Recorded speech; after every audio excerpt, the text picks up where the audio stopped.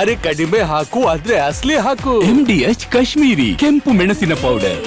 MDH.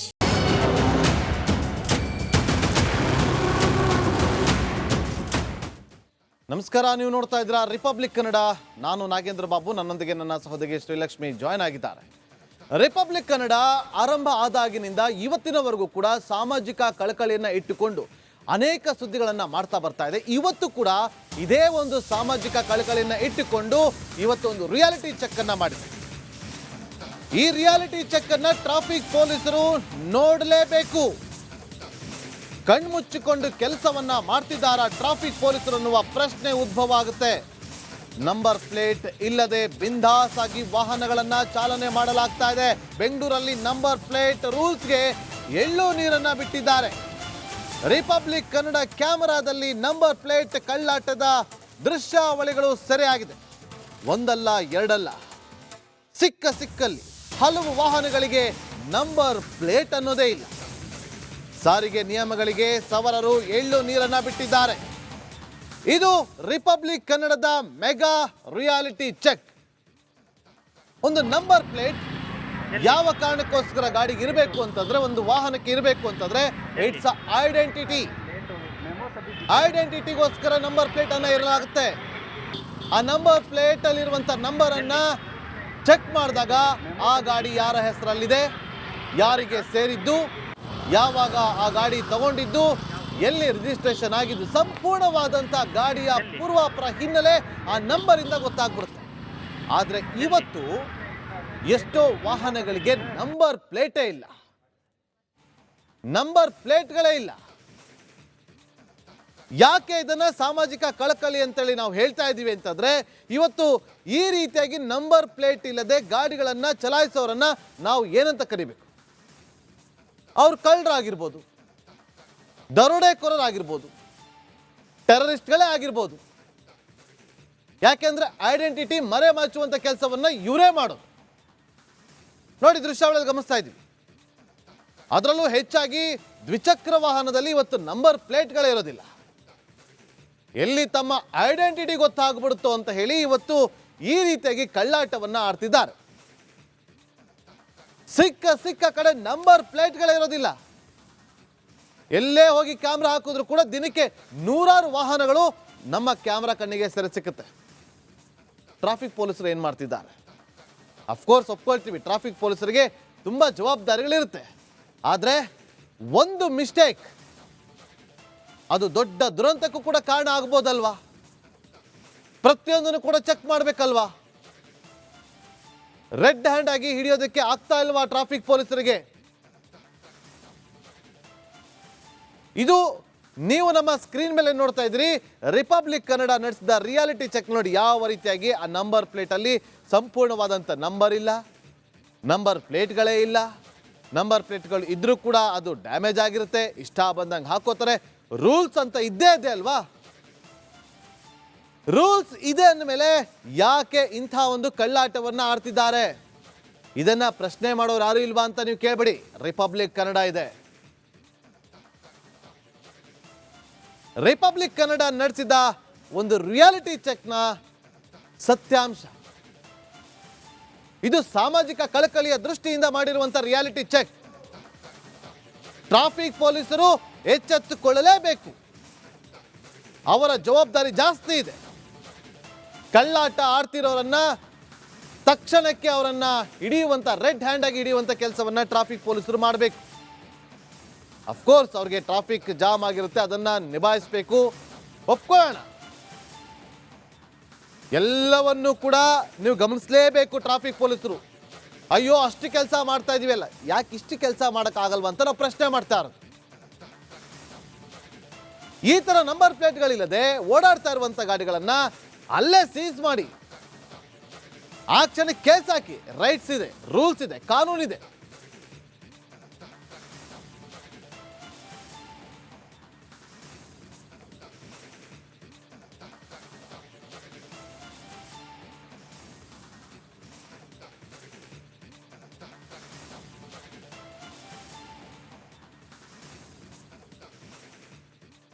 ಒಂದು ವಾಹನಕ್ಕೆ number plate ಒಂದು ರೀತಿಯಲ್ಲಿ ಐಡೆಂಟಿಟಿ ಅನ್ನೋದು ಸ್ಪಷ್ಟ. ರೂಲ್ಸನ್ನು ಪ್ರತಿಯೊಬ್ಬರು ಕೂಡ ಫಾಲೋ ಮಾಡಬೇಕು. ಆ ರೂಲ್ಸನ್ನು ಫಾಲೋ ಮಾಡಲಿಲ್ಲ ಅಂತಂದರೆ ಅಂಥವ್ರ ವಿರುದ್ಧ ಕ್ರಮ ಆಗಬೇಕು, ಕೇಸ್ ಆಗಬೇಕು. ಒಮ್ಮೆ ಸಿಕ್ಕಾಕೊಂಡ್ರೆ 500 ರೂಪಾಯಿ, ಮತ್ತೊಮ್ಮೆ ಸಿಕ್ಕಾಕೊಂಡ್ರೆ 5,000 ರೂಪಾಯಿ. ಟ್ರಾಫಿಕ್ ಪೊಲೀಸರು ಒಂದು ಅಭಿಯಾನವನ್ನು ಶುರು ಮಾಡಿ, ನಾವು ನಿಮಗೆ ಸಾಥ್ ಕೊಡ್ತೀವಿ.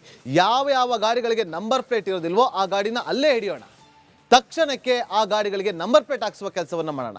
ಚಾಸಿ ನಂಬರಿಂದ ಗೊತ್ತಾಗುತ್ತೆ ಆ ಗಾಡಿಯ ಐಡೆಂಟಿಟಿ, ಆದರೂ ಕೂಡ ನಂಬರ್ ಪ್ಲೇಟ್ ಬೇಕಲ್ವಾ? ಇಲ್ಲಿ ಟ್ರಾಫಿಕ್ ಪೊಲೀಸರು ಈ ಸ್ಟೋರಿನ ತಪ್ಪದೆ ನೋಡಿ ನೀವು ಕ್ರಮಕ್ಕೆ ಮುಂದಾಗ್ತಿರೋ ಅನ್ನೋ ವಿಶ್ವಾಸ ಇದೆ. ಈ ರಿಪೋರ್ಟ್ ನೋಡ್ಕೊಂಬನ್ನಿ.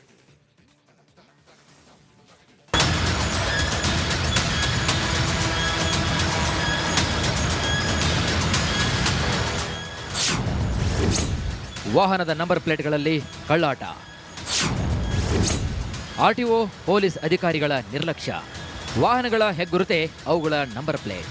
ಇಂತಿಷ್ಟೇ ಅಳತೆಯಲ್ಲಿ ಇದೇ ರೀತಿಯ ವಿನ್ಯಾಸದಲ್ಲಿ ನಂಬರ್ ಪ್ಲೇಟ್ ಇರಬೇಕು ಅನ್ನೋ ನಿಯಮವಿದೆ. ಆದರೆ ಅವುಗಳ ಪಾಲನೆ ನಿಜಕ್ಕೂ ಕೂಡ ಆಗ್ತಿದೆಯಾ ಅನ್ನೋ ಬಗ್ಗೆ ರಿಪಬ್ಲಿಕ್ ಕನ್ನಡ ರಿಯಾಲಿಟಿ ಚೆಕ್ ಮಾಡಿದೆ.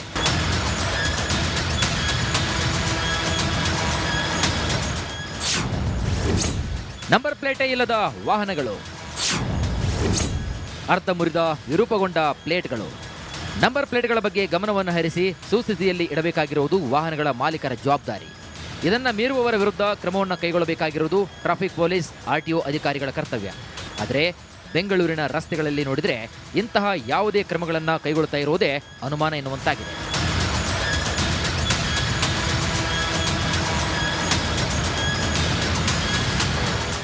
ಈ ದೃಶ್ಯಗಳನ್ನು ಒಮ್ಮೆ ನೋಡಿ. ನಂಬರ್ ಪ್ಲೇಟೇ ಇಲ್ಲದ ವಾಹನಗಳು, ಅರ್ಧ ಮುರಿದ ನಂಬರ್ ಪ್ಲೇಟ್ ಇರುವಂತಹ ಸ್ಕೂಟರ್ಗಳು, ವಿರೂಪಗೊಳಿಸಿರುವಂತಹ ನಂಬರ್ಗಳು, ಇವೆಲ್ಲ ಟ್ರಾಫಿಕ್ ಪೊಲೀಸರ ಗಮನಕ್ಕೆ ಬರೋದೇ ಇಲ್ವಾ?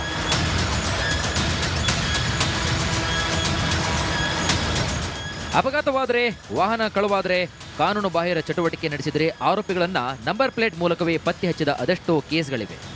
ನಂಬರ್ ಪ್ಲೇಟ್ಗಳಿಲ್ಲದಂತಹ ವಾಹನಗಳಿಗೆ ಕರ್ನಾಟಕದಲ್ಲಿ ಮೊದಲ ಸಲಕ್ಕೆ 500 ರೂಪಾಯಿ ದಂಡವನ್ನು ವಿಧಿಸಲಾಗುತ್ತದೆ. ನಂತರ 5,000 ರೂಪಾಯಿವರೆಗೂ ಕೂಡ ದಂಡ, ವಾಹನದ ಜಪ್ತಿಯಂತಹ ಕ್ರಮಗಳನ್ನು ಕೈಗೊಳ್ಳಲು ಅವಕಾಶ ಕೂಡ ಇದೆ. ಆದರೆ ಈ ರೀತಿಯಾಗಿ ವಾಹನಗಳು ರಾಜಧಾನಿಯಲ್ಲಿ ರಾಜಾರೋಷವಾಗಿ ಸಂಚರಿಸುವುದನ್ನು ನೋಡಿದರೆ ಟ್ರಾಫಿಕ್ ಪೊಲೀಸರು, ಆರ್ಟಿಒ ಅಧಿಕಾರಿಗಳು ನಿಜಕ್ಕೂ ಕಾರ್ಯನಿರ್ವಹಣೆ ಮಾಡ್ತಿದ್ದಾರಾ ಅನ್ನೋ ಅನುಮಾನ ಕೂಡ ಮೂಡುತ್ತೆ. ರೆಹಮಾನ್ ಹೊಳಲು, ರಿಪಬ್ಲಿಕ್ ಕನ್ನಡ, ಬೆಂಗಳೂರು. ಇವತ್ತು ರಿಪಬ್ಲಿಕ್ ಕನ್ನಡ ಹಲವು ಇಂಥ ಒಂದು ರಿಯಾಲಿಟಿ ಚೆಕ್ಗಳನ್ನು ಮಾಡ್ತಾ ಬರ್ತಾ ಇದೆ. ಇದಕ್ಕೆ ನಾನಾ ಕಾರಣಗಳಿದೆ. ಇವತ್ತು ಇದನ್ನು ಯಾಕೆ ಮಾಡಬೇಕು ಅಂತ ಅನಿಸ್ತು ಅಂತಂದರೆ ಒಂದು ಆತಂಕ ಇದ್ದೇ ಇರುತ್ತೆ. ಇವತ್ತು ಎಲ್ಲೆಲ್ಲೋ ಕಳ್ತನಗಳ ಪ್ರಕರಣಗಳು ಜಾಸ್ತಿ ಆಗ್ತಾ ಇದೆ, ಇಲ್ಲ ಅಂತ ಯಾರು ಹೇಳ್ಬಿಡಿ. ದರೋಡೆಗಳಾಗ್ತಾ ಇದೆ, ಚೈನ್ ಸ್ನ್ಯಾಚ್ಗಳು ಇತ್ತೀಚಿನ ದಿನದಲ್ಲಿ ಕಡಿಮೆ ಆಗಿರ್ಬೋದು. ಆದರೂ ಕೂಡ ನಂಬರ್ ಪ್ಲೇಟ್ ಇಲ್ಲದೆ ಓಡಾಡುವಂಥ ಪ್ರತಿಯೊಬ್ಬ ಸವಾರನಿಗೂ ಕೂಡ ಇದನ್ನು ನಾವು ಪ್ರಶ್ನೆ ಮಾಡ್ತೀವಿ. ತಾನು ಯಾರು ಅನ್ನೋದನ್ನು ನೀವು ಅರ್ಥ ಮಾಡ್ಕೋಬೇಕು. ನಿಮ್ಮ ಗಾಡಿಯ ನಂಬರ್ ಪ್ಲೇಟಿಂದ ನಿಮ್ಮ ಐಡೆಂಟಿಟಿ ಗೊತ್ತಾಗುತ್ತೆ. ನಿಮ್ಮ ಐಡೆಂಟಿಟಿಯನ್ನು ಅಥವಾ ನಿಮ್ಮ ನಂಬರ್ ಪ್ಲೇಟನ್ನು ಮರೆಮಾಚುವಂಥ ಕೆಲಸವನ್ನು ಮಾಡಿದ್ರೆ ನಿಮ್ಮ ಐಡೆಂಟಿಟಿ ರಿವೀಲ್ ಆಗಲ್ಲ. ಆಗ ಅದಕ್ಕೆ ನಾನಾ ಅರ್ಥಗಳನ್ನು ಕಲ್ಪಿಸಬೇಕಾಗತ್ತೆ. ಹಾಗಾಗಿ ಪ್ರತಿಯೊಬ್ಬ ಸವಾರರ ಜವಾಬ್ದಾರಿ ಕೂಡ ಇದೆ. ನಿಮ್ಮ ವಾಹನಗಳ ನಂಬರ್ ಪ್ಲೇಟ್ಗಳು ಸರಿಯಾಗಿ ಇದೆಯಾ ಇಲ್ವಾ ಅನ್ನೋದನ್ನು ಚೆಕ್ ಮಾಡ್ಕೊಳ್ಳಿ. ನಿಮ್ಗೆ ಗೊತ್ತಿರಲಿ, ನಿಮ್ಮ ನಂಬರ್ ಪ್ಲೇಟ್ ಸರಿಯಾಗಿಲ್ಲ ಅಥವಾ ನಂಬರ್ ಪ್ಲೇಟ್ ಬಿದ್ದೋಗಿದ್ರೆ ಅದಕ್ಕೆ ಕೇಸ್ ಆಗುತ್ತೆ. ಒಂದು ಬಾರಿ ಸಿಕ್ಕಾಕೊಂಡ್ರೆ 500 ರೂಪಾಯಿ, ಮತ್ತೊಮ್ಮೆ ಸಿಕ್ಕಾಕೊಂಡ್ರೆ ಮತ್ತೆ ಡಬಲ್ ಫೈನ್ ಆಗುತ್ತೆ. 5,000 ರೂಪಾಯಿವರೆಗೂ ಕೂಡ ಫೈನ್ ಹಾಕುವಂಥ ರೈಟ್ಸ್ ಟ್ರಾಫಿಕ್ ಪೊಲೀಸರಿಗೆ ಇರುತ್ತೆ. ಮತ್ತಷ್ಟು ಮಾಹಿತಿಯನ್ನು ಕೊಡೋದಕ್ಕೆ ನಮ್ಮ ಪ್ರತಿನಿಧಿ ರೆಹಮಾನ್ ನೇರ ಸಂಪರ್ಕದಲ್ಲಿ ಜಾಯ್ನ್ ಆಗಿದ್ದಾರೆ. ಈ ಒಂದು ರಿಯಾಲಿಟಿ ಚೆಕ್ ಅನ್ನು ಮಾಡಿದಂಥ ನಮ್ಮ ಪ್ರತಿನಿಧಿ ರೆಹಮಾನ್, ಇಲ್ಲಿ ಟ್ರಾಫಿಕ್ ಪೊಲೀಸರ ಪಾತ್ರ ಎಂಥದ್ದು, ಸಾರ್ವಜನಿಕರ ಪಾತ್ರ ಎಂಥದ್ದು, ಇಲ್ಲಿ ಯಾರು ಮೌನವನ್ನು ವಹಿಸಿದ್ದಾರೆ? ಎಸ್ ನಾಗೇಂದ್ರ ಬಾಬು, ನಾವು ನಿಜಕ್ಕೂ ಕೂಡ ಈ ಸ್ಟಿಂಗ್ ಆಪರೇಷನ್ ಮಾಡಿದಾಗ ನಿಜಕ್ಕೂ ಕೂಡ ಆಶ್ಚರ್ಯ ಆಯ್ತು.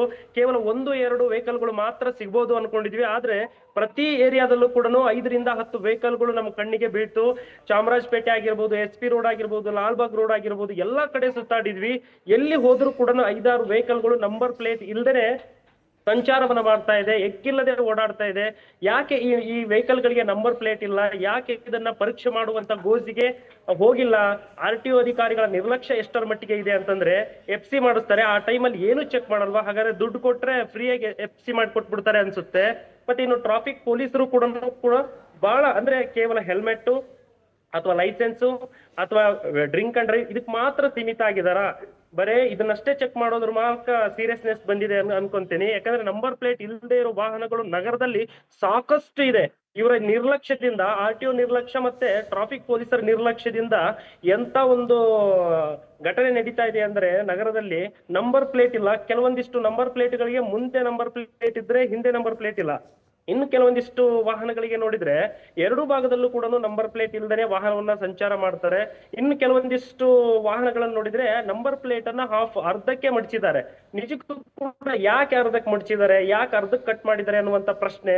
ಎಲ್ಲಾದ್ರೂ ಏನಾದ್ರೂ ಅನಾಹುತ ಆದ್ರೆ, ಆಕ್ಸಿಡೆಂಟ್ ಆದ್ರೆ ನಿಜಕ್ಕೂ ಕೂಡ ಅವರನ್ನ ಪತ್ತೆ ಹಚ್ಚಲಿಕ್ಕೂ ಕೂಡ ಆಗೋದಿಲ್ಲ. ಇದಕ್ಕೆ ಅಧಿಕಾರಿಗಳೇ ಅಂದ್ರೆ ಟ್ರಾಫಿಕ್ ಪೊಲೀಸರೇ ಅವರಿಗೆ ಅನುವು ಮಾಡಿಕೊಡ್ತಿದ್ದಾರೆ ಅನ್ನುವಂಥದ್ದು ನಿಜಕ್ಕೂ ಕೂಡ ಕಂಡು ಬರ್ತಿದೆ. ಇದನ್ನ ಪತ್ತೆ ಹಚ್ಚಬೇಕು. ನಂಬರ್ ಪ್ಲೇಟ್ ಕೇವಲ helmet, licence, drink and drive, speed drive ಇದಕ್ಕೆ ಮಾತ್ರ ಸೀಮಿತ ಆಗಿದ್ದಾರೆ ಟ್ರಾಫಿಕ್ ಪೊಲೀಸರು. ನಂಬರ್ ಪ್ಲೇಟ್ ಇಲ್ಲದೆ ಇರೋ ವಾಹನಗಳನ್ನ ಗುರುತಿಸಬೇಕು. ಓಕೆ, ಥ್ಯಾಂಕ್ ಯು ರೆಹಮಾನ್ ನಿಮ್ಮೆಲ್ಲ ಮಾಹಿತಿಗಾಗಿ.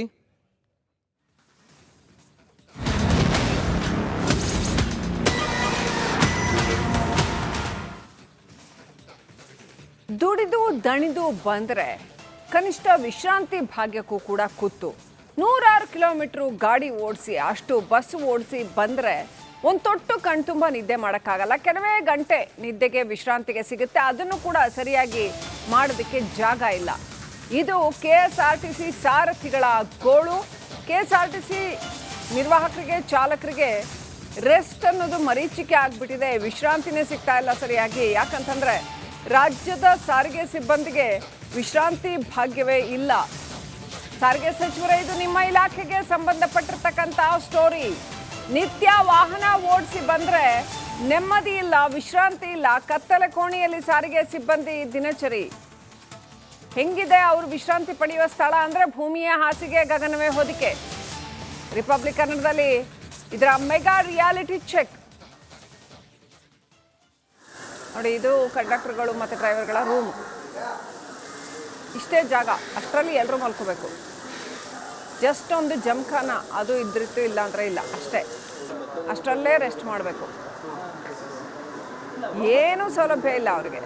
ಎಲ್ಲರಿಗೂ ಸೇರಿಸಿ ಒಂದು ವಾಶ್ರೂಮ್ ಇದೆ, ಅದು ಬಿಟ್ಟರೆ ಜಸ್ಟ್ ಒಂದು ಜಮ್ಖಾನ, ಅದು ಅವರೇ ತಂದ್ಕೊಂಡಿರ್ತಾರೆ, ಅವರೇ ಹಾಕೊಂಡು ಮಲ್ಕೊಬೇಕು. ಅಷ್ಟು ಬಿಟ್ಟರೆ ಅವ್ರಿಗೇನು ರೆಸ್ಟ್ ಮಾಡೋದಕ್ಕೆ ಅಂತ ಏನೂ ಸೌಲಭ್ಯ ಇಲ್ಲ.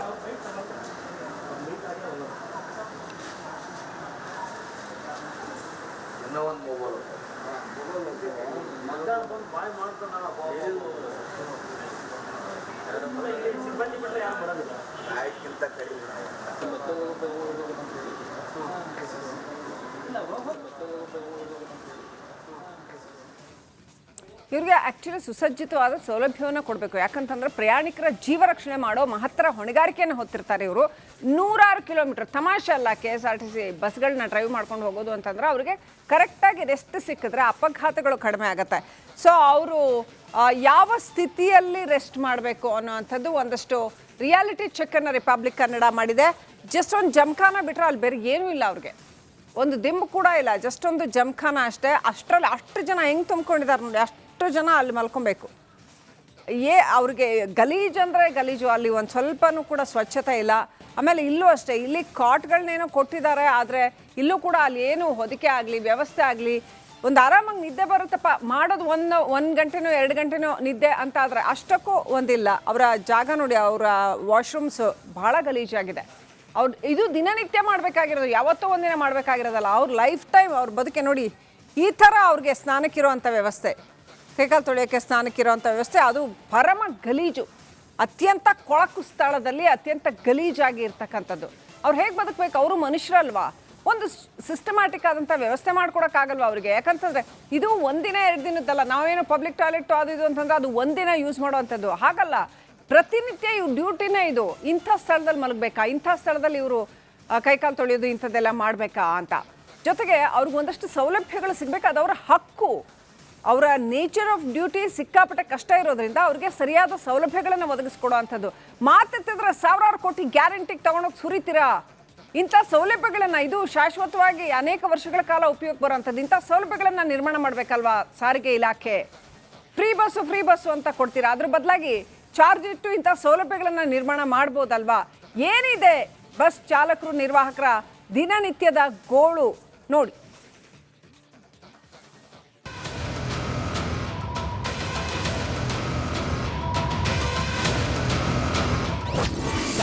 ಸಾರಿಗೆ ಸಚಿವರು ನೋಡಲೇಬೇಕಾದ ಸುದ್ದಿ.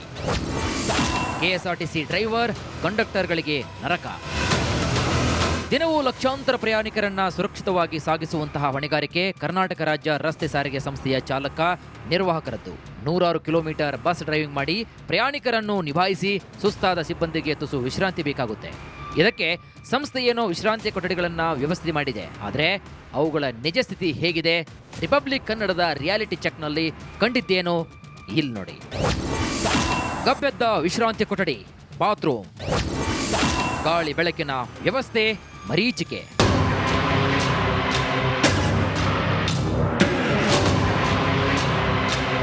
ಇದು ಬೆಂಗಳೂರಿನ ಮೆಜೆಸ್ಟಿಕ್ ಬಸ್ ನಿಲ್ದಾಣದ ವಿಶ್ರಾಂತಿ ಕೊಠಡಿಗಳ ದುಸ್ಥಿತಿ. ಕಂಡಕ್ಟರ್ ಡ್ರೈವರ್ಗಳಿಗೆ ಕತ್ತಲೆಯಲ್ಲಿ ಊಟ, ನಿದ್ದೆ, ನೆಲದ ಮೇಲೆ ಜಮಖಾನ ಹಾಸಿ ಮಲಗೋ ಅನಿವಾರ್ಯತೆ. ಕೊಠಡಿಯ ತುದಿಯಲ್ಲಿ ಅಲ್ಲಲ್ಲೋ ತಿರುಗುವ ಟೇಬಲ್ ಫ್ಯಾನ್ ಗಾಳಿಯೇ ಇವರಿಗೆ ತಂಗಾಳಿ.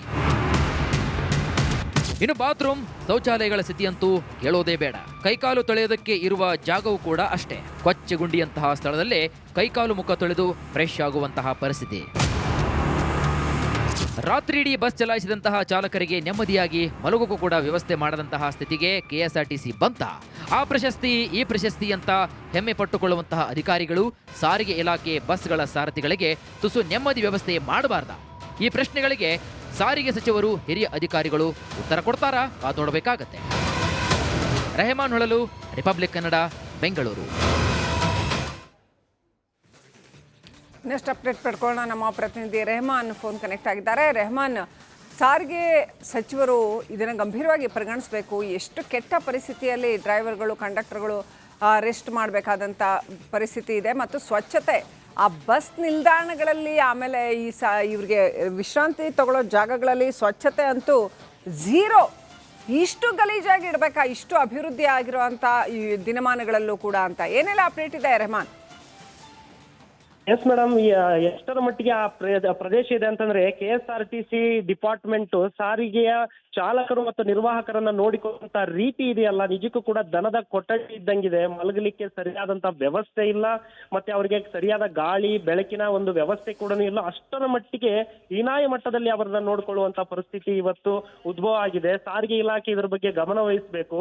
ಬಿಸಿಲು ಇತ್ತು ಅಂತಂದ್ರೆ ಅವರು ಒಳಗಡೆ ಒಂದು ಫ್ಯಾನಿನ ವ್ಯವಸ್ಥೆ ಕೂಡ ಇಲ್ಲ. ಮೇಲ್ಗಡೆ ಶೆಡ್ ಹಾಕಿದ್ದಾರೆ, ಎಲ್ಲರೂ ಕೂಡ ಒಬ್ರು ಪಕ್ಕ ಮಲ್ಕೊಂತಿದ್ದಾರೆ. ಜಾಗ ಇಲ್ಲ, ಕಾಲ್ ಮಧ್ಯದಲ್ಲಿ ಕೂಡ ಮಲ್ಕೊಂತಿದ್ದಾರೆ.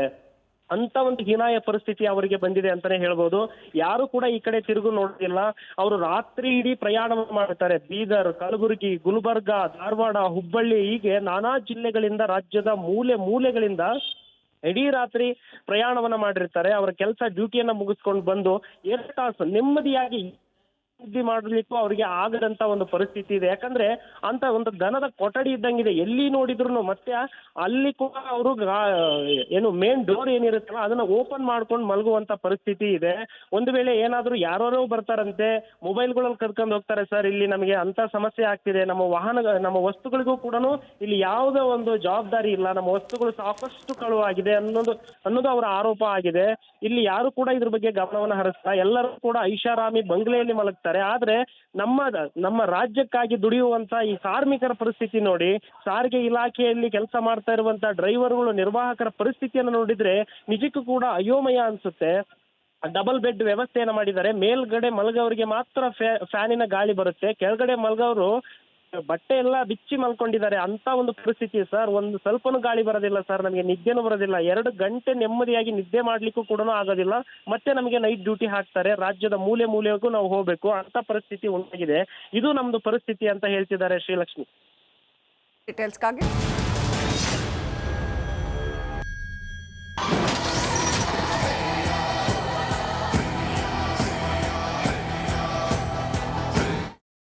Welcome back. ಈ ಸುದ್ದಿ ಕಾಂಗ್ರೆಸ್ ಪಾಳ್ಯದಲ್ಲಿ ದೊಡ್ಡ ಮಟ್ಟದಲ್ಲಿ ಚರ್ಚೆ ಆಗೋದು ನಿಶ್ಚಿತ, ಯಾವುದೇ ಅನುಮಾನ ಬೇಡ.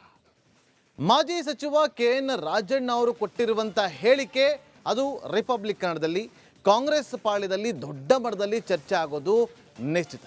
ಇದು ಈ ಕ್ಷಣದ ರಿಪಬ್ಲಿಕ್ ಕನ್ನಡದ ಅತಿ ದೊಡ್ಡ ಸುದ್ದಿ. ಜೊತೆಗೆ ಎಕ್ಸ್ಕ್ಲೂಸಿವ್ ಸುದ್ದಿ, ಪವರ್ ಶೇರಿಂಗ್ ಹಗ್ಗ ಜಗ್ಗಾಟ ನಡೀತಾ ಇದೆ. ಇದರ ನಡುವೆ ಮತ್ತೊಂದು ಬಾಂಬನ್ನು ಸಿಡಿಸಿದ್ದಾರೆ ಮಾಜಿ ಸಚಿವ ಕೆ.ಎನ್. ರಾಜಣ್ಣ. ಹಾಗಾದ್ರೆ ಆ ಬಾಂಬ್ ಎಂತದ್ದು ಗೊತ್ತಾ? ರಿಪಬ್ಲಿಕ್ ಕನ್ನಡದ ಮೆಗಾ ಡಿಬೇಟ್ ಸಂದರ್ಭದಲ್ಲಿ ಕೆ.ಎನ್. ರಾಜಣ್ಣ ಅವರು ಸ್ಫೋಟಕ ಮಾತುಗಳನ್ನು ಆಡಿದ್ದಾರೆ. ಆ ಮಾತುಗಳು ಕಾಂಗ್ರೆಸ್ ಪಾಳದಲ್ಲಿ ಭಾರಿ ಚರ್ಚೆಗೆ ಕಾರಣವಾಗೋದ್ರಲ್ಲಿ ಯಾವುದೇ ಅನುಮಾನ ಬೇಡ. ಇವತ್ತು ರಾಜ್ಯ ಕಾಂಗ್ರೆಸ್ ಪಾಳ್ಯದಲ್ಲಿ ಪವರ್ ಶೇರಿಂಗ್ ಬಗ್ಗೆ ಚರ್ಚೆಗಳು ನಡೀತಾನೆ ಇದೆ. ನಿತ್ಯ ನಿರಂತರ ಅನ್ನುವ ರೀತಿಯಲ್ಲಿ ಅದು ಮುನ್ನೆಲೆಗೆ ಬರ್ತಾನೆ ಇದೆ. ಹಾಗಾದ್ರೆ ಕೆ.ಎನ್. ರಾಜಣ್ಣ ಅವರು ರಿಪಬ್ಲಿಕ್ ಕನ್ನಡದ ಮೆಗಾ ಡಿಬೇಟ್ನ ಸಂದರ್ಭದಲ್ಲಿ ಕೊಟ್ಟಂತ ಸ್ಫೋಟಕ ಹೇಳಿಕೆ ಏನು ಗೊತ್ತಾ?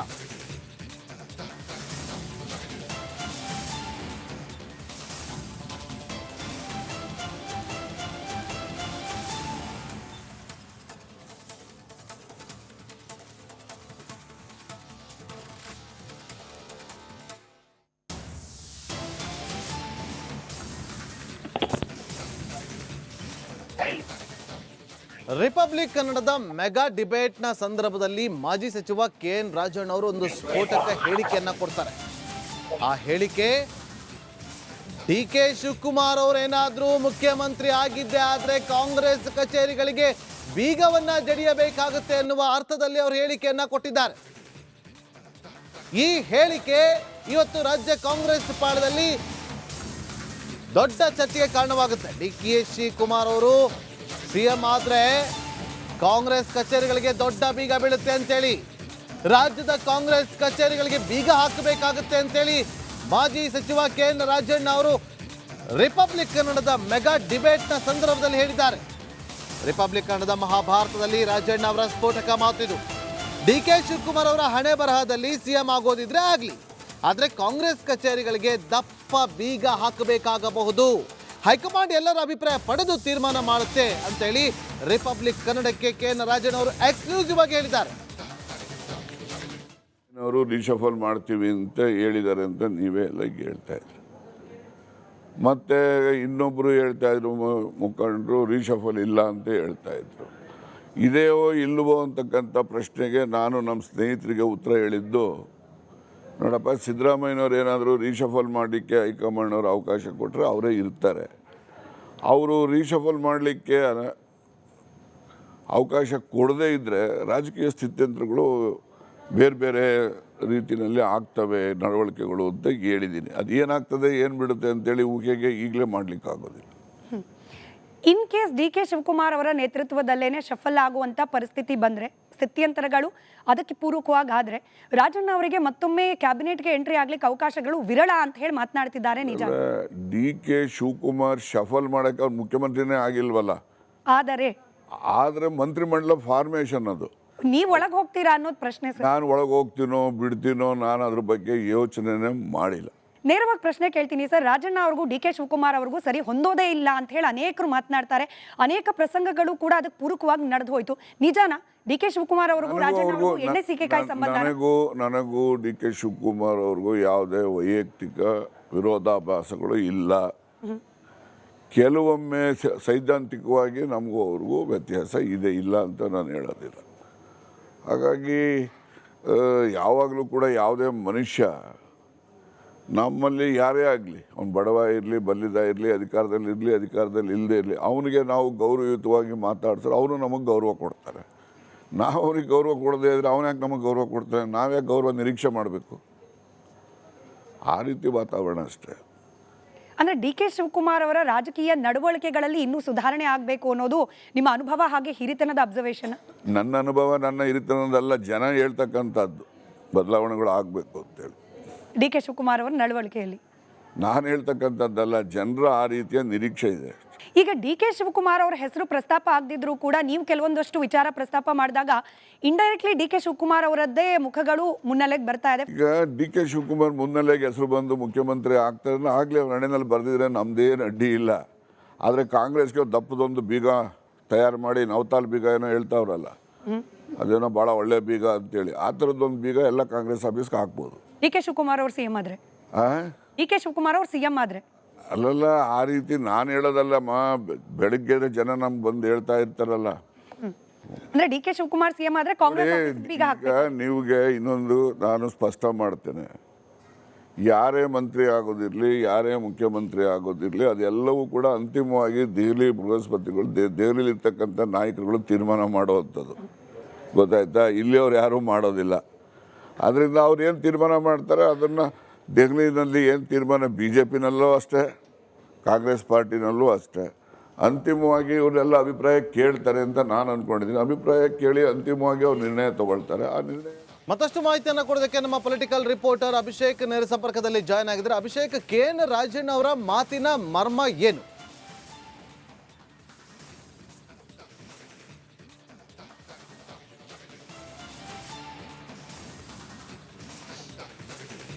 ನಾಗೇಂದ್ರ, ಮೊದಲೇದಾಗಿ ಕೆ.ಎನ್. ರಾಜಣ್ಣರವರ ಮಾತಿನ ಮರ್ಮವನ್ನು ನೋಡೋದಾಯಿತು ಅಂದರೆ, ಪರಮೇಶ್ವರ್ ಆಗಿರ್ಬೋದು, ಕೆ.ಎನ್. ರಾಜಣ್ಣ ಆಗಿರ್ಬೋದು, ಸತೀಶ್ ಜಾರಕಿಹೊಳಿ ಆಗಿರ್ಬೋದು, ಎಚ್ ಸಿ ಮಾದೇಪ್ಪನವರ ಆಗಿರ್ಬೋದು, ಇವ್ರಿಗಿರುವಂಥ ಜನ ಬೆಂಬಲ ಈ ಸದ್ದ ಮಟ್ಟಿಗೆ DCM DK ಶಿವಕುಮಾರ್ಗೆ ಇಲ್ಲ. ಅವ್ರು ಏನಿದ್ರು ಕೂಡ ಕೇವಲ ಒಂದು ಸಮುದಾಯವನ್ನು ಮುಂದಕ್ಕೆ ತೆಗೆದುಕೊಂಡು ಹೋಗ್ತಿರೋಂಥ ಕೆಲಸವನ್ನು ಮಾಡ್ತಿರುವಂಥದ್ದು. ಜೊತೆಗೆ CM ಆಗಬೇಕು ಅನ್ನೋ ಒಂದು ಪೈಪೋಟಿಯಲ್ಲಿ ಇರೋದ್ರಿಂದ ಯಾವ ಅಧಿಕಾರಿಗಳಿಗೂ ಯಾವ ರಾಜಕಾರಣಿಗಳಿಗೂ ಕೂಡ ಗೌರವವನ್ನು ನೀಡ್ತಾ ಇಲ್ಲ. ಕೇವಲ ಅವರ ಕುರ್ಚಿಯ ಮೇಲೆ ಮಾತ್ರ ಕಾನ್ಸಂಟ್ರೇಷನ್ ಇರೋದ್ರಿಂದ ಅಂತಹ ವ್ಯಕ್ತಿಯನ್ನು CM ಮಾಡಿದರೆ ರಾಜ್ಯದಲ್ಲಿರುವ ಅಷ್ಟು ಕಾಂಗ್ರೆಸ್ ಆಫೀಸ್ಗಳಿಗೆ ಬೀಗ ಜಡಿಯುವಂಥ ಪರಿಸ್ಥಿತಿ ಬರುತ್ತೆ ಅನ್ನೋಂಥ ಮುಖಾಂತರ ಅವ್ರು ಹೇಳ್ತಿರುವಂಥದ್ದು. DCM DK ಶಿವಕುಮಾರ್ಗೆ ಯಾವ ಹಿರಿಯ ರಾಜಕಾರಣಿಯ ಬೆಂಬಲವೂ ಇಲ್ಲ.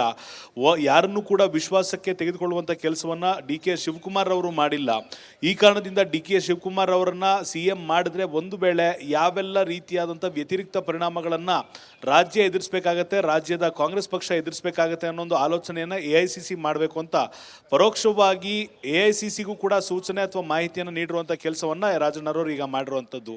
ಮತ್ತೊಂದು ಕಡೆ DCM DK ಶಿವಕುಮಾರ್ ಅವರು ಈಗಾಗಲೇ ಆಡಳಿತದ ಚುಕ್ಕಾಣಿಯನ್ನು ಹಿಡಿಯುವುದಕ್ಕೂ ಮೊದಲೇ ತಾನೇ ಸೂಪರ್ CM ಅನ್ನೋ ಒಂದು ಧಾಟಿಯಲ್ಲಿ ವರ್ತನೆ ಮಾಡ್ತಿದ್ದಾರೆ. ಇದನ್ನ ಕೂಡಲೇ ಕಡಿವಾಣ ಹಾಕದೆ ಹೋಯ್ತು ಅಂದ್ರೆ ಮುಂದೊಂದು ದಿನ ಖಂಡಿತವಾಗಿಯೂ ರಾಜ್ಯವನ್ನ ಮಾರಿಕೊಳ್ಳುವಂತ ಪರಿಸ್ಥಿತಿ ಬರುತ್ತೆ ಅನ್ನೋ ಒಂದು ಧಾಟಿಯಲ್ಲಿ ರಾಜಣ್ಣರವರು ಮಾತಾಡಿರುವಂತ ಮರ್ಮವನ್ನ ನೋಡಿದಾಗ ಯಾವುದೇ ಕಾರಣಕ್ಕೂ DCM ರನ್ನ CM ಮಾಡಬಾರ್ದು ಅನ್ನೋ ಒಂದು ಹಕ್ಕೊತ್ತಾಯವನ್ನು ಹೈಕಮಾಂಡ್ ಮುಂದೆ ಇಟ್ಟಂತೆ ಇರುವಂತದ್ದು. ನಾಗೇಂದ್ರ, ಥ್ಯಾಂಕ್ ಯು ಅಭಿಷೇಕ್ ನಿಮ್ಮೆಲ್ಲ ಮಾಹಿತಿಗಾಗಿ.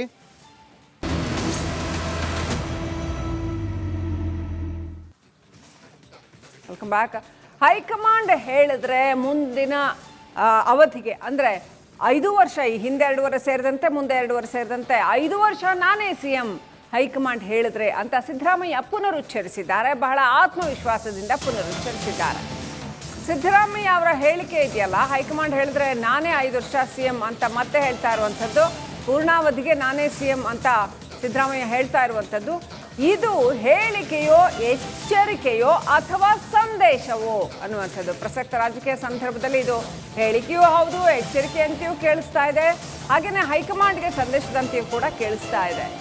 ಪರೋಕ್ಷವಾಗಿ ಬಿಜೆಪಿ ಪರಿಸ್ಥಿತಿಯನ್ನು ನೆನಪಿಸಿದ್ರ ಸಿದ್ದರಾಮಯ್ಯ ಹೈಕಮಾಂಡ್ಗೆ. ಅಧಿಕಾರ ಬದಲಾಯಿಸಿದ ಬಿಜೆಪಿ ರಾಜ್ಯದಲ್ಲಿ ಅಧಿಕಾರವನ್ನೇ ಕಳೆದುಕೊಳ್ತು, ನೀವು ಕೂಡ ಬಿಜೆಪಿ ಥರ ಅಧಿಕಾರ ಕಳ್ಕೊಳ್ಳೋಕೆ ಸಿದ್ಧರಿದ್ದೀರಾ ಅಂತ ಹೈಕಮಾಂಡ್ಗೆ ಏನಾದರೂ ಸಂದೇಶ ರವಾನಿಸಿದ್ದಾರಾ?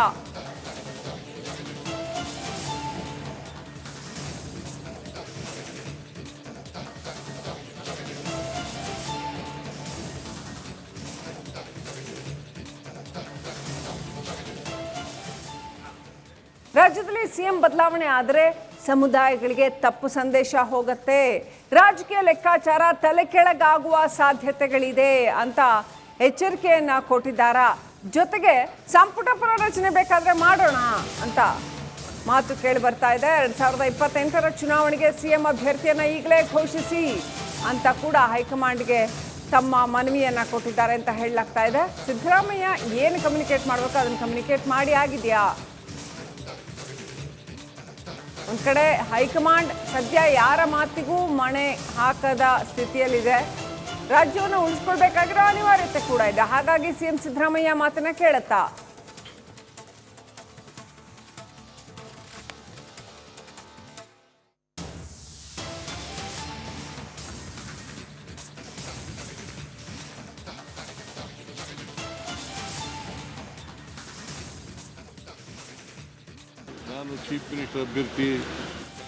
ನಾನು ಚೀಫ್ ಮಿನಿಸ್ಟರ್ ಅಭ್ಯರ್ಥಿ ಕ್ಯಾಂಡಿಡೇಟು ಅಂತ ಹೇಳ್ಕೊಳ್ಳಿಕ್ಕೆ ಅಂತಿಮವಾಗಿ ಹೈಕಮಾಂಡ್ ತೀರ್ಮಾನ ಮಾಡಿ. ಸರ್ ಯಾಕೆ ಸರ್ ಪದೇ ಪದೇ ಈ ಒಂದು ವಿಚಾರ ಬರ್ತದೆ ಸರ್?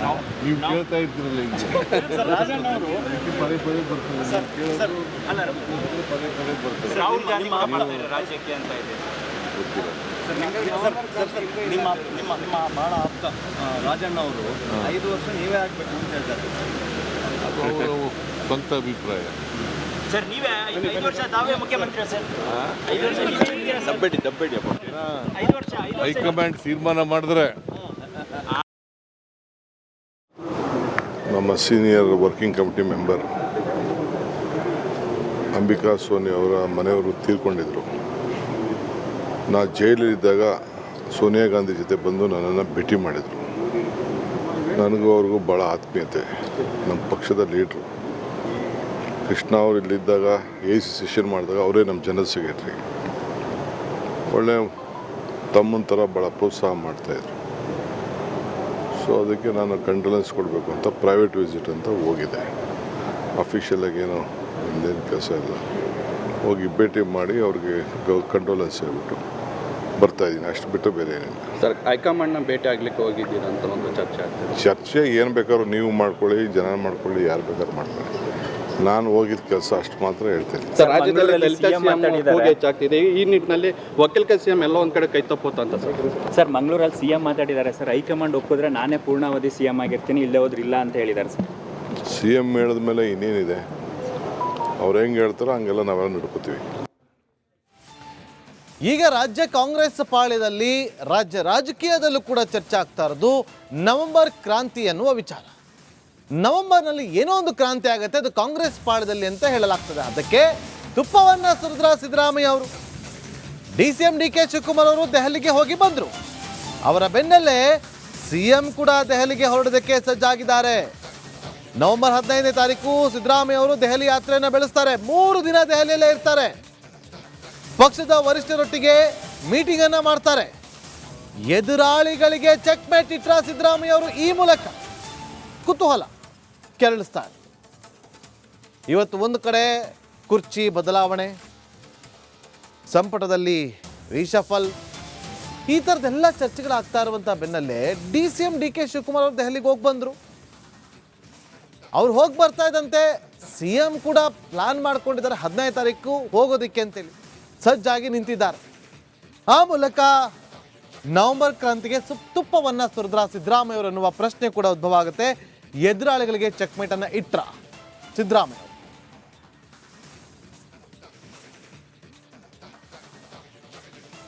ಮತ್ತಷ್ಟು ಮಾಹಿತಿಯನ್ನು ಕೊಡೋದಕ್ಕೆ ನಮ್ಮ ಪೊಲಿಟಿಕಲ್ ರಿಪೋರ್ಟರ್ ಹನುಮಂತು ನೇರ ಸಂಪರ್ಕದಲ್ಲಿ ಜಾಯ್ನ್ ಆಗಿದ್ರೆ. ಹನುಮಂತು, ಸಿದ್ದರಾಮಯ್ಯ ಅವರು ರಾಜಕೀಯ ಪಟ್ಟುಗಳನ್ನು ಹಾಕೋದ್ರಲ್ಲಿ ನಿಸ್ಸೀಮರು, ನಂಬರ್ 1 ಸ್ಥಾನದಲ್ಲಿ ಇರ್ತಾರೆ.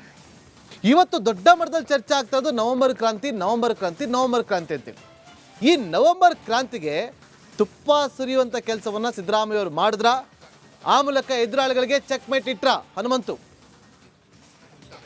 ನಾಗೇಂದ್ರ ಬಾಬು, ತಾವು ಹೇಳ್ತಾ ಇದ್ರಿ ಸಿದ್ದರಾಮಯ್ಯ ಅವರು ರಾಜಕೀಯ ಪಟ್ಟಗಳನ್ನ ಹಾಕ್ಲಿಕ್ಕೆ ನಿಸ್ಸೀಮರು ಅಂತ. ಖಂಡಿತ ಅದರಲ್ಲಿ 2 ಮಾತಿಲ್ಲ. ಯಾಕೆ ಅಂತಂದ ಹೇಳಿದ್ರೆ, ಅವರು ರಾಜಕಾರಣ ಮಾಡಿದವರು ಎಂತವರ ವಿರುದ್ಧ ಅವರು ರಾಜಕಾರಣ ಮಾಡಿದ್ರು ಅನ್ನೋಂಥ ಒಂದ್ಸಲ ಇತಿಹಾಸವನ್ನ ನೆನಪು ಮಾಡ್ಕೊಂಡ್ರೆ, ದೇವೇಗೌಡರಾಗಿರ್ಬೋದು, ಜಯಂತ್ ಪಟೇಲ್ರಾಗಿರ್ಬೋದು, ಈ ರೀತಿ ದೊಡ್ಡ ದೊಡ್ಡ ಮಹಾನ್ ನಾಯಕರ ಜೊತೆಗೆ ಒಂದಷ್ಟು ರಾಜಕೀಯ ಪಟ್ಟುಗಳನ್ನ ಹಾಕಿ 2ನೇ ಬಾರಿ ಮುಖ್ಯಮಂತ್ರಿ ಆಗಿರುವಂತದ್ದು. ಮತ್ತೊಂದ್ ಕಡೆಗೆ ಕಾಂಗ್ರೆಸ್ ನಲ್ಲೂ ಕೂಡ ಈಗಾಗ್ಲೇನೆ ಎಲ್ರಿಗೂ ಗೊತ್ತಿರುವಂತದ್ದು, JDS ನಿಂದ ಬಂದು ಕಾಂಗ್ರೆಸ್ ನಲ್ಲಿ ಉಳಿದು ಕಾಂಗ್ರೆಸ್ ನಲ್ಲೇ ತಮ್ಮ ಹಿಡಿತವನ್ನ ಸಾಧಿಸಿ ಅಹಿಂದ ವರ್ಗದ ನಾಯಕ ಎನಿಸಿಕೊಂಡು 1ನೇ ಬಾರಿಗೆ ಮುಖ್ಯಮಂತ್ರಿಯಾಗಿ 2ನೇ ಬಾರಿಗೂ ಕೂಡ ಯಶಸ್ವಿಯಾಗಿ ಮುಖ್ಯಮಂತ್ರಿ ಆಗಿದ್ರು. ಅದಾದ ನಂತರದಲ್ಲಿ ಈಗ ಸದ್ಯಕ್ಕೆ ಸಿದ್ದರಾಮಯ್ಯನವರ ನಡೆಗಳೇನಿದಾವೆ ಅಷ್ಟು ಸುಲಭವಾಗಿ ಯಾರಿಗೂ ಕೂಡ ಅವರ ಆಪ್ತ ವಲಯದಲ್ಲೂ ಕೂಡ ಇರುವಂತವ್ರಿಗೂ ಗೊತ್ತಾಗಲ್ಲ. ಮತ್ತೆ ಯಾರನ್ನ ಎಲ್ಲಿ ಹೇಗೆ ಕಟ್ಟಿ ಹಾಕ್ಬೇಕು ಅನ್ನುವಂತ ಒಂದಷ್ಟು ರಾಜಕೀಯ ತಂತ್ರಗಾರಿಕೆಗಳನ್ನ ಅವರು ಆಗಾಗ ಮಾಡ್ತಾನೆ ಬರ್ತಾರೆ. ಒಂದೊಮ್ಮೆ ಮೌನವಾಗಿರ್ತಾರೆ, ಒಮ್ಮೊಮ್ಮೆ ಹೇಳಿಕೆಗಳನ್ನ ಕೊಡ್ತಾರೆ. ಈ ಪ್ರಸಂಗಗಳು ಅನೇಕ ದಿನಗಳಿಂದ ನಡೀತಾ ಇದೆ. ಆದ್ರೆ ಈ ಬಾರಿ ನಡೀತಾ ಇರುವಂತಹ ಒಂದಷ್ಟು ನವೆಂಬರ್ ಕ್ರಾಂತಿ ಏನಿದೆ, ಆ ನವೆಂಬರ್ ಕ್ರಾಂತಿಯ ಲೆಕ್ಕಾಚಾರಗಳು 2 ಆಯಾಮಗಳಲ್ಲೂ ನಡೀತಾ ಇರುವಂತದ್ದು. ಒಂದು, DCM DK ಶಿವಕುಮಾರ್ ಅವರು ಪಟ್ಟನ್ನ ಹಿಡಿದು ತಮ್ಮ ಪ್ರಯತ್ನಗಳು ಏನ್ ನಡೀತಾ ಇದೆ ಅದನ್ನ ನಿರಂತರವಾಗಿ ಮಾಡ್ತಾ ಇದ್ದಾರೆ. ಬಹಿರಂಗವಾಗಿ ಇಲ್ಲ CM ಹೇಳಿದ್ರೆ ಎಲ್ಲ ಆಯ್ತು ಅನ್ನುವಂಥದ್ದು, ಮತ್ತೆ ಹೈಕಮಾಂಡ್ ಹೇಳಿದ್ರೆ ನಿರ್ಧಾರ ಅನ್ನುವಂತ ಪ್ರಯತ್ನಗಳನ್ನ ಹೇಳಿಕೆಗಳನ್ನ ಇಬ್ಬರೂ ನಾಯಕರು CM ಸಿದ್ದರಾಮಯ್ಯ ಅವರು ಕೊಡ್ತಾ ಇದ್ದಾರೆ, DCM DK ಶಿವಕುಮಾರ್ ಅವರು ಕೊಡ್ತಾ ಇದ್ದಾರೆ. ಆದರೆ ಆಂತರಿಕವಾಗಿ ಒಬ್ಬರು ಪಡೆಯುವಂತಹ ಪ್ರಯತ್ನವನ್ನ ಮಾಡಿದ್ರೆ ಮತ್ತೊಬ್ಬರು ಉಳಿಸಿಕೊಳ್ಳುವಂತಹ ಪ್ರಯತ್ನವನ್ನು ಕೂಡ ಮಾಡ್ತಾ ಇರುವಂತದ್ದು. DCM DK ಶಿವಕುಮಾರ್ ಅವರು ಹೈಕಮಾಂಡ್ ನಾಯಕರನ್ನ ಭೇಟಿ ಮಾಡಿ ತಮ್ಮ ಕೂಲಿಗೆ, ತಮ್ಮ ಶ್ರಮಕ್ಕೆ ಕೂಲಿಯನ್ನ ಕೊಡ್ಬೇಕು ಅನ್ನೋಂತ ಕೇಳುವಂತ ಪ್ರಯತ್ನಗಳನ್ನ ಮಾಡ್ತಾ ಇದ್ರೆ, ಇತ್ತ CM ಸಿದ್ದರಾಮಯ್ಯ ಅವರು ಕೂಡ ತಮ್ಮ ಸ್ಥಾನವನ್ನ ಭದ್ರಪಡಿಸ್ಕೊಳ್ಳೋಕೆ ಒಂದಷ್ಟು ಪಟ್ಟಗಳನ್ನ ಹಾಕ್ತಾ ಇರುವಂತದ್ದು. ಅದರಲ್ಲೂ ಕೂಡ ಪ್ರಮುಖವಾಗಿ ಇಲ್ಲಿ ಸಚಿವ ಸಂಪುಟ ಪುನರ್ರಚನೆಯ ದಾಳವನ್ನ ಹೂಡಿದ್ದಾರೆ. ಅದರ ಅರ್ಥ ಏನಂತಂದ ಹೇಳಿದ್ರೆ, ಹಾಲಿ ಇರುವಂತ ಸಚಿವರು ಏನಿದ್ದಾರೆ ಅವರೆಲ್ಲರೂ ಕೂಡ CM ಸಿದ್ದರಾಮಯ್ಯ ಅವರ ನಮ್ಮ ಸ್ಥಾನ ಉಳಿಸ್ಕೊಳ್ಬೇಕು ಅಂತಂದ ಹೇಳಿದ್ರೆ ಸಿದ್ದರಾಮಯ್ಯ ಅವರು ಅನಿವಾರ್ಯ ಅನ್ನುವಂತ ಪ್ರಯತ್ನಗಳು, ಹೇಳಿಕೆಗಳನ್ನ ಕೊಡ್ತಾ ಇದ್ದಾರೆ. ಅವರು CM ಸಿದ್ದರಾಮಯ್ಯ ಅವರ ವಿರುದ್ಧ ಒಂದು ಸುತ್ತನೂ ಕೂಡ ಸುತ್ತಬೇಕಾದಂತ ಅನ್ನೋಂತ ಪರಿಸ್ಥಿತಿ ನಿರ್ಮಾಣ ಆಗ್ತಾ ಇದೆ. ಮತ್ತೊಂದು ಕಡೆಗೆ ಸಚಿವ ಸ್ಥಾನದ ಆಕಾಂಕ್ಷಿಗಳು ಯಾರಿದ್ದಾರೆ ಅವರು ಕೂಡ CM ಸಿದ್ದರಾಮಯ್ಯ ಅವರಿಗೆ ಪರಮಾಧಿಕಾರ ಇದೆ, ಹೈಕಮಾಂಡ್ ಅವರ ಮಾತು ಕೇಳಬಹುದು ಅನ್ನೋಂತ ಒಂದಷ್ಟು ಭರವಸೆಗಳಲ್ಲಿ ಅವರ ಸುತ್ತುವಂತ ಪ್ರಯತ್ನಗಳನ್ನು ಮಾಡ್ತಾ ಇದ್ದಾರೆ. ಈ ನಡುವೆ ಹೈಕಮಾಂಡ್ ನಾಯಕರ ಜೊತೆಗೆ ಚರ್ಚೆ ಮಾಡ್ಲಿಕ್ಕೆ ಒಂದಷ್ಟು ಸಚಿವ ಸ್ಥಾನದ ಆಕಾಂಕ್ಷಿಗಳೇನಿದ್ದಾರೆ ಅವರ ಲಿಸ್ಟ್ ಅನ್ನ ಇಟ್ಕೊಂಡು CM ಸಿದ್ದರಾಮಯ್ಯ ಅವರು ಕೂಡ ಹೋಗ್ಬೋದು. ಸುದೀರ್ಘವಾಗಿ ಹೈಕಮಾಂಡ್ ನಾಯಕರ ಜೊತೆಗೆ ಒಂದಷ್ಟು ಚರ್ಚೆಗಳನ್ನ ಮಾಡಬಹುದು. ಸೇಮ್ ಟೈಮ್ ತಮ್ಮ ಎದುರಾಳಿಗಳಾದಂತಹ ರಾಜಕೀಯ ಎದುರಾಳಿಗಳನ್ನ ಕಟ್ಟಿ ಹಾಕ್ಲಿಕ್ಕೆ ಇದೀಗ DCM DK ಶಿವಕುಮಾರ್ ಅವರ ಒಂದಷ್ಟು ಮೊದಲಿಂದನೂ ಕೂಡ ಹೆಚ್ಚುವರಿ DCM ಹುದ್ದೆಗಳು ಸೃಷ್ಟಿಯಾಗಬೇಕು ಅಂತ ಒತ್ತಾಯಗಳು CM ಸಿದ್ದರಾಮಯ್ಯ ಅವರ ಬಣದಿಂದ ಕೇಳಿ ಬರ್ತಾ ಇದೆ. ಅಂತದೊಂದು ಪ್ರಸ್ತಾಪ ಹೈಕಮಾಂಡ್ ನಾಯಕರ ಮುಂದೆ ಒಂದು ಇಟ್ಟರು ಕೂಡ ಅಚ್ಚರಿ ಪಡಬೇಕಾಗಿಲ್ಲ. ಮತ್ತೆ KPCC ಅಧ್ಯಕ್ಷರ ಬದಲಾವಣೆ ಆಗುತ್ತೆ ಅನ್ನುವಂತ ಚರ್ಚೆಗಳು ಇತ್ತು. ಆ ಪ್ರಸ್ತಾಪವನ್ನು ಕೂಡ ಇಡುವಂತ ಸಾಧ್ಯತೆಗಳು ಇದಾವೆ. ಒಟ್ಟಾರೆಯಾಗಿ ಪವರ್ ಸೆಂಟರ್ಗಳಿಗೆ ಕಡಿವಾಣ ಹಾಕುವಂತ ಪ್ರಯತ್ನವನ್ನ CM ಸಿದ್ದರಾಮಯ್ಯ ಮಾಡಬಹುದು. Nagendra Babu. Okay, thank you Hanumanthu ನಿಮ್ಮೆಲ್ಲ ಮಾಹಿತಿಗಾಗಿ. ಒಂದು ಕಡೆ ರಾಜಕೀಯದಲ್ಲಿ ನವೆಂಬರ್ ಕ್ರಾಂತಿಯ ಕಿಚ್ಚು ಹಬ್ಬತಾ ಇದ್ರೆ, ಮತ್ತೊಂದು ಕಡೆ ಇವತ್ತು KPCC ಕಚೇರಿಯಲ್ಲಿ ಬೆಳಗ್ಗೆ 11 DK ಶಿವಕುಮಾರ್ ಸಭೆ ಕರೆದಿದ್ದಾರೆ. ಯಾವ ಕಾರಣಕ್ಕೋಸ್ಕರ ಸಭೆ ಕರೆದಿದ್ದಾರೆ? KPCC ಕಚೇರಿಯಲ್ಲಿ, ಬೆಂಗಳೂರಿನ KPCC ಕಚೇರಿಯಲ್ಲಿ DK ಶಿವಕುಮಾರ್ ಸಭೆ ಕರೆದಿದ್ದಾರೆ. ಅದು ಕೂಡ ಬಹಳ ಮುಖ್ಯವಾದಂಥ ಸಭೆ ಅಂತ ಹೇಳಲಾಗ್ತಾ ಇದೆ. KPCC ಅಧ್ಯಕ್ಷರಾಗಿ DK ಶಿವಕುಮಾರ್ ಬೆಳಗ್ಗೆ 11 KPCC ಕಚೇರಿಯಲ್ಲಿ ಸಭೆ ಕರೆದಿದ್ದಾರೆ. ವಿಧಾನ ಪರಿಷತ್ ಚುನಾವಣೆ ವಿಚಾರವಾಗಿ ಚರ್ಚೆ ಮಾಡೋದಕ್ಕೆ, ಶಿಕ್ಷಕರ ಕ್ಷೇತ್ರ, ಪದವೀಧರ ಕ್ಷೇತ್ರ, ಈ ಕ್ಷೇತ್ರಗಳಿಗೆ ಏನು ಆಕಾಂಕ್ಷಿಗಳಿದ್ದಾರೆ ಅದನ್ನು ನಿರ್ಧಾರ ಮಾಡೋದಕ್ಕೆ ಅಂತ ಟಿಕೆಟ್ಗೆ ಸಾಕಷ್ಟು ಬೇಡಿಕೆ ಬಂದರಿಂದ DK ಶಿವಕುಮಾರ್ ಯಾರೆಲ್ಲ ಟಿಕೆಟ್ಗೆ ಬೇಡಿಕೆ ಇಟ್ಟಿದ್ದಾರೋ ಅವ್ರುಗಳಿಗೆ ಟಾಸ್ಕ್ ಕೊಟ್ಟಿದ್ದಾರಂತೆ. ಹೆಚ್ಚಿನ ಮತದಾರರನ್ನು ನೋಂದಾಯಿಸಿ ಅಂತ ಟಾಸ್ಕ್ ಕೊಟ್ಟಿದ್ದಾರಂತೆ.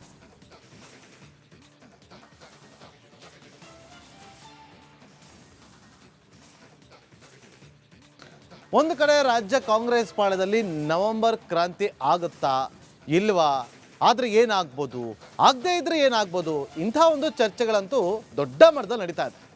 ಇವತ್ತು ರಾಜಕೀಯ ಪಡಸಾಲೆಗೆ ಹೋದಾಗ ಏನು ಸರ್ ನವೆಂಬರ್ ಕ್ರಾಂತಿ ಆಗುತ್ತಂತೆ, ಹೌದಾ ಅಂತಲೇ ಪ್ರಶ್ನೆ ಮಾಡ್ತಾರೆ ಪ್ರತಿಯೊಬ್ಬರು. ಇದೆಲ್ಲದರ ನಡುವೆ ಮತ್ತೆ ದಲಿತ CM ಕೂಗು ಕೇಳಿ ಬಂದಿದೆ. ಏನದು? ಈ ರಿಪೋರ್ಟ್ ನೋಡಿ.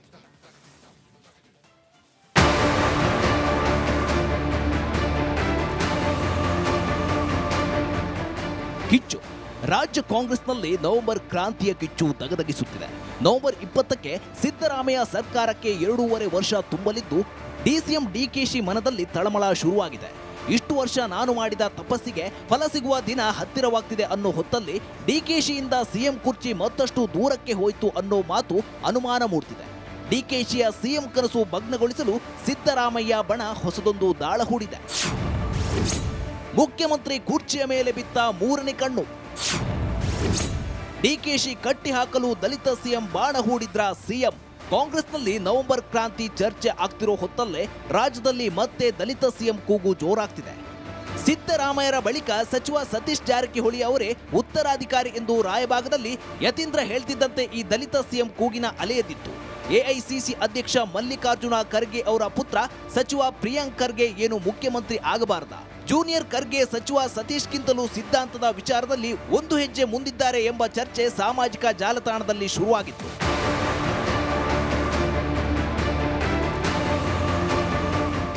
ಯಾವಾಗ ಪ್ರಿಯಾಂಕ್ ಖರ್ಗೆ ಬೆಂಬಲಿಗರು CM ಕುರ್ಚಿ ಮೇಲೆ ಟವೆಲ್ ಹಾಕಿದ್ರೋ ಅತ್ತ ಸಚಿವ ಪರಮೇಶ್ವರ್ ಹೋದಲ್ಲಿ ಬಂದಲ್ಲಿ ಮುಂದಿನ CM ಘೋಷಣೆಗಳು ಜೋರಾದವು. ರಾಜ್ಯದಲ್ಲಿ ದಲಿತ CM ಆಗೋದಿದ್ರೆ ಅದು ಪರಮೇಶ್ವರ್ ಸಾಹೇಬ್ರೆ ಎಂಬ ವಾದಕ್ಕೆ ಬಲ ಬಂದಿತ್ತು. ಆದ್ರೆ ಇದೀಗ ಮಹೋಲ್ ಬದಲಾಗಿದ್ದು ಸಚಿವ ಮುನಿಯಪ್ಪರ ಹೆಸರು ಮುನ್ನೆಲೆಗೆ ಬಂದಿದೆ. ಕೋಲಾರ ಕ್ಷೇತ್ರದಿಂದ 7 ಬಾರಿ ಸಂಸದರಾಗಿದ್ದ ಹಾಲಿ ಆಹಾರ ಸಚಿವರಾಗಿರುವ ಮುನಿಯಪ್ಪನವರು ಸಿಎಂ ಆದ್ರೆ ನನಗೆ ಸಂತೋಷ ಎಂದು ಗೃಹ ಸಚಿವ ಪರಮೇಶ್ವರ್ ಬ್ಯಾಟ್ ಬೀಸಿದ್ದಾರೆ. ಮುನಿಯಪ್ಪನವರು 7 ಬಾರಿ MP ಆದವರು. ಅವರು ಅದು MP 7 ಬಾರಿ ಆಗೋದು ಅಂದ್ರೆ ಏನು ಸಾಮಾನ್ಯ ಅಲ್ಲ. ಅವರು ಹಿರಿಯರಿದ್ದಾರೆ. ಮತ್ತು ಅವರು ಕೇಂದ್ರದಲ್ಲಿ ಸಚಿವರಾಗಿದ್ದವರು. ಕೇಂದ್ರದಲ್ಲಿ ಸಚಿವರಾಗಿ ಬಂದು ರಾಜ್ಯದಲ್ಲಿ ಸಚಿವರಾಗಿದ್ದಾರೆ. ಸಮರ್ಥರಿದ್ದಾರೆ, ಅರ್ಹತೆ ಇದೆ, ಅದರಲ್ಲಿ ಏನು ತಪ್ಪಿದೆ? ಪರಮೇಶ್ವರ್ ದಲಿತ ಸಿಎಂ ದಾಳ ಹೂಡಿರೋದು ಡಿಕೆಶಿ ಮಾತ್ರವಲ್ಲ, ವಾಲ್ಮೀಕಿ ಸಮಾಜದ ನಾಯಕ ಸತೀಶ್ ಜಾರಕಿಹೊಳಿಗೂ ತಲೆ ಬಿಸಿ ಏರಿದೆ. ದಲಿತ ಸಿಎಂ ಆಯ್ಕೆಗೆ ಇನ್ನೂ ಸಮಯ ಬಂದಿಲ್ಲ ಅನ್ನೋ ಮೂಲಕ ಪರೋಕ್ಷ ಟಕ್ಕರ್ ನೀಡಿದ್ದಾರೆ. ಬರ್ಬೋದು, ಮುಂದಿನ ದಿನಗಳಲ್ಲಿ ಬರ್ಬೋದ್ರಿ, ಬರಂಗಿಲ್ಲ, ಕಾಯ್ಬೇಕಲ್ಲ, ವೇಟ್ ಮಾಡಬೇಕು. ತಕ್ಷಣ ಕೇಳಿದ್ರೆ ಅವಕಾಶಗಳಿಲ್ಲ. ಮುಂದಿನ ದಿನಗಳು ಕಾಯ್ಬೇಕು, ಅವಕಾಶಗಳನ್ನ ಸೃಷ್ಟಿ ಮಾಡಬೇಕು. ಸೊ ಆ ಮಟ್ಟಕ್ಕೆ ನಾವೆಲ್ಲ ಆಗೋರು ಬೆಳಿಬೇಕು. ಸೊ ಇವೆಲ್ಲ ಇದೆ ರೀ. ಸದ್ಯಕ್ಕಂತೂ ಅದು ಪ್ರಶ್ನೆ ಉದ್ಭವಿಸಲ್ಲ, ಕಾಯ್ಬೇಕಷ್ಟು. ನಾವು ಕಾಯ್ಲೇಬೇಕಾದ್ರೆ ನಂಗೆ ಕಾಯ್ಲೇಬೇಕು, ಅವಕಾಶ ಬರೋರಿಗೆ ಕಾಯ್ಬೇಕು ನೀವು. ನವೆಂಬರ್ 20ಕ್ಕೆ ದಿನಗಣನೆ ಶುರುವಾಗ್ತಿದ್ದಂತೆ ಕಾಂಗ್ರೆಸ್ನೊಳಗೆ ತಳ್ಳಣಗಳು ಹೆಚ್ಚಾಗಿವೆ. ಒಂದೆಡೆ ಮಂತ್ರಿ ಸ್ಥಾನದಿಂದ ಯಾರಿಗೆ ಕೋಕ್ ಸಿಗುತ್ತೆ ಅನ್ನೋ ಆತಂಕವಾದ್ರೆ ಯಾರು ಸಿಎಂ ಆಗ್ತಾರೆ ಅನ್ನೋ ಚರ್ಚೆಯೇ ಹೆಚ್ಚಾಗಿದೆ. Political bureau, Republic Kannada. ಚಿತ್ತಾಪುರದಲ್ಲಿ ಏನು ಪರೇಡ್ ಫೈಟ್ ತಾರಕಕ್ಕೇರಿತ್ತು. ಇದೀಗ ಕೋರ್ಟ್ ಸೂಚನೆ ಮೇರೆಗೆ ಜಿಲ್ಲಾಡಳಿತ ಶಾಂತಿ ಸಭೆಯನ್ನು ಕರೆದಿದೆ. 11:30 ಅಷ್ಟೊತ್ತಿಗೆ ಶಾಂತಿ ಸಭೆಯನ್ನು ಕರೆಯಲಾಗಿದೆ. ಇದರಲ್ಲಿ ಸುಮಾರು 10 ಸಂಘಟನೆಗಳು ಭಾಗಿಯಾಗ್ತಾ ಇದ್ದಾವೆ. ಭಾಗಿಯಾಗಿ ಅಂತ ನೋಟಿಸ್ ಕೊಡಲಾಗಿದೆ 10 ಸಂಘಟನೆಗಳಿಗೆ. ಒಂದೊಂದು ಸಂಘಟನೆಯಿಂದ 3 ಜನ ಬಂದು ಭಾಗಿಯಾಗಿ ಅಂತ ಹೇಳಲಾಗಿದೆ. ಡಿಸಿ ಕಚೇರಿಯಲ್ಲಿ ಇವತ್ತು ಶಾಂತಿ ಸಭೆ 11:15ಕ್ಕೆ ನಡೆಯಲಿದೆ. 10 ಸಂಘಟನೆಗಳಿಗೆ ನೋಟಿಸ್ ಕೊಟ್ಟಿದ್ದಾರೆ. RSS ಸೇರಿದಂತೆ 10 ಸಂಘಟನೆಗಳಿಗೆ ನೋಟಿಸ್ ಕೊಡಲಾಗಿದೆ. ಪ್ರತಿ ಸಂಘಟನೆಯಿಂದ 3 ಜನ ಬಂದು ಹಾಜರಾಗಿ ಜೊತೆಗೆ ಸಭೆಯಲ್ಲಿ ಲಿಖಿತ ಹೇಳಿಕೆಯನ್ನು ದಾಖಲಿಸಿ ಅಂತ ಸೂಚನೆ ಕೊಟ್ಟಿದ್ದಾರೆ.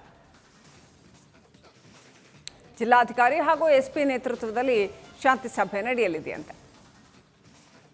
ಏನಾಗುತ್ತೆ ಹಾಗಾದ್ರೆ ಇವತ್ತಿನ ಶಾಂತಿ ಸಭೆಯಲ್ಲಿ? ಸಮನ್ವಯ ಮೂಡುತ್ತಾ? ಕಲಬುರಗಿಯಲ್ಲಿ ಪಥಸಂಚಲನದ ಫೈಟ್ ಏನಿದೆ ಅದು ಒಂದು ರೀತಿಯಲ್ಲಿ ಸುಖಾಂತ್ಯಗೊಳ್ಳುತ್ತಾ ಅಥವಾ ಇನ್ನೇನಾದರೂ ಮತ್ತಷ್ಟು ತಾರಕಕ್ಕೇರುತ್ತಾ ಕಾದು ನೋಡಬೇಕಾಗಿದೆ. ಇವತ್ತಿನ ಶಾಂತಿ ಸಭೆ ಏನಾಗುತ್ತೆ ಅನ್ನೋದ್ರ ಮೇಲೆ ಹಲವು ವಿಚಾರಗಳು ನಿರ್ಧರಿತವಾಗುತ್ತೆ. ಪ್ರಿಯಾಂಕ್ ಖರ್ಗೆ ಅವರ ಕ್ಷೇತ್ರ ಚಿತ್ತಾಪುರದಲ್ಲಿ RSS ಪಥಸಂಚಲನವನ್ನು ನಡೆಸಬೇಕು ಅನ್ನೋ ವಿಚಾರಕ್ಕೆ ಸಂಬಂಧಪಟ್ಟಂತೆ ಸಾಕಷ್ಟು ವಿವಾದ ಸೃಷ್ಟಿಯಾಗಿತ್ತು. ಭೀಮ್ ಆರ್ಮಿ ಅವರು ಮತ್ತು ಇನ್ನೂ ಹಲವು ಸಂಘಟನೆಗಳು ತಮಗೂ ಕೂಡ ಅವತ್ತೇ ಬೇಕು ಪರ್ಮಿಷನ್ ಅಂತ ಈಗ 2 ಸಾರಿ ಪ್ರಯತ್ನ ಪಟ್ಟರು ಕೂಡ ಆ 2 ದಿನ ಅವತ್ತೇ ಬೇಕು ಪರ್ಮಿಷನ್ ಅಂತ ಕೋರ್ಟ್ ಮೊರೆ ಹೋಗಿದ್ದದ್ದು. ಆಲ್ರೈಟ್, ಇನ್ನಷ್ಟು ಅಪ್ಡೇಟ್ ಪಡ್ಕೊಳ್ಳೋಣ. ನಮ್ಮ ಪ್ರತಿನಿಧಿ ನಾಗರಾಜ್ ಲೈವ್ ಕನೆಕ್ಟ್ ಆಗಿದ್ದಾರೆ. ನಾಗರಾಜ್, ಏನೆಲ್ಲ ಆಗ್ಬೋದು ಇವತ್ತು ಶಾಂತಿ ಸಭೆಯಲ್ಲಿ? ಸಂಘಟನೆಗಳು RSS ಸೇರಿದಂತೆ ಎಲ್ಲ ಸಂಘಟನೆಗಳ ಪ್ರತಿನಿಧಿಗಳು ಬರ್ತಾರಾ? ಏನೆಲ್ಲ ಆಗ್ಬಹುದು?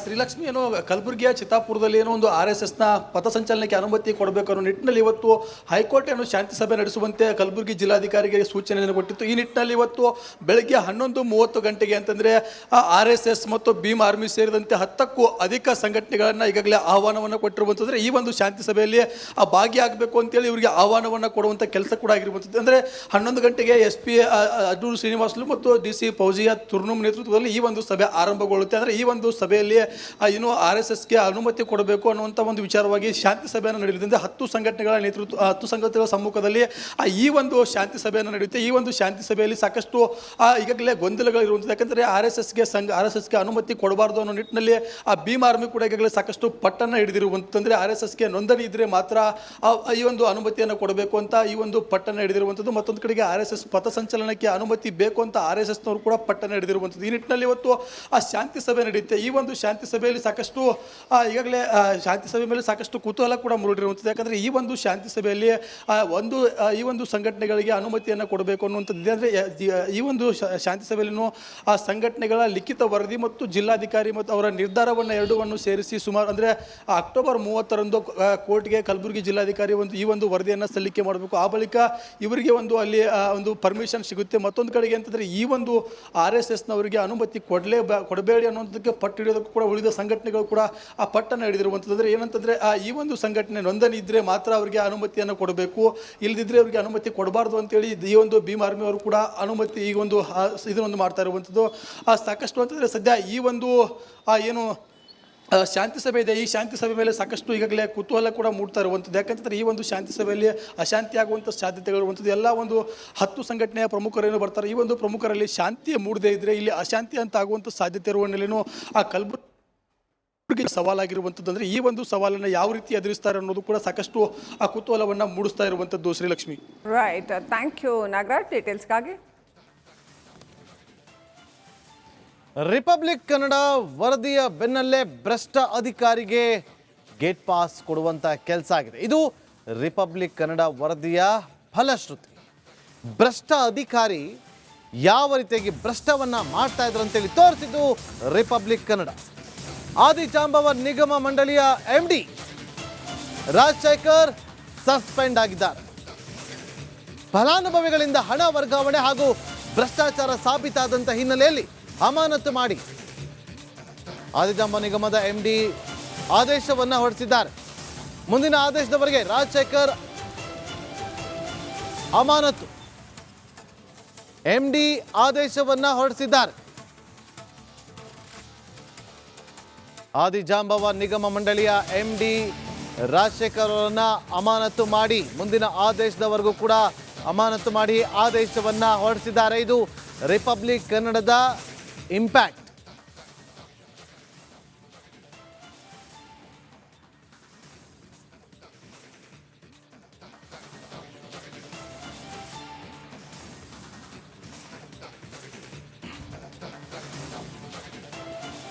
ನೋಡಿ, ಭ್ರಷ್ಟ ಅಧಿಕಾರಿಗಳು ಯಾವ ರೀತಿಯಲ್ಲಿ ಭ್ರಷ್ಟಾಚಾರದಲ್ಲಿ ತೊಡಗಿದ್ರು. ಇದೇ ಅಧಿಕಾರಿ ರಾಜಶೇಖರ್ ಈ ಸುದ್ದಿಯನ್ನು ಬಿತ್ತರಿಸಿದ್ದು ರಿಪಬ್ಲಿಕ್ ಕನ್ನಡ. ತಕ್ಷಣ ಎಚ್ಚೆತ್ತುಕೊಂಡಂತಹ ನಿಗಮದ MD ಮಂಜುನಾಥ್ ಅವರು ರಾಜಶೇಖರನ್ನ ಸಸ್ಪೆಂಡ್ ಮಾಡಿ ಆದೇಶವನ್ನ ಹೊರಡಿಸಿದ್ದಾರೆ.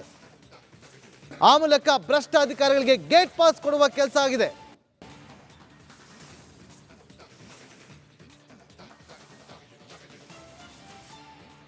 ಇದರ ಕೆಂಪು ಬಣ್ಣ ಅದ್ಭುತ, ಖಾರ ಕಡಿಮೆ ಆದರೂ ರುಚಿಕರ.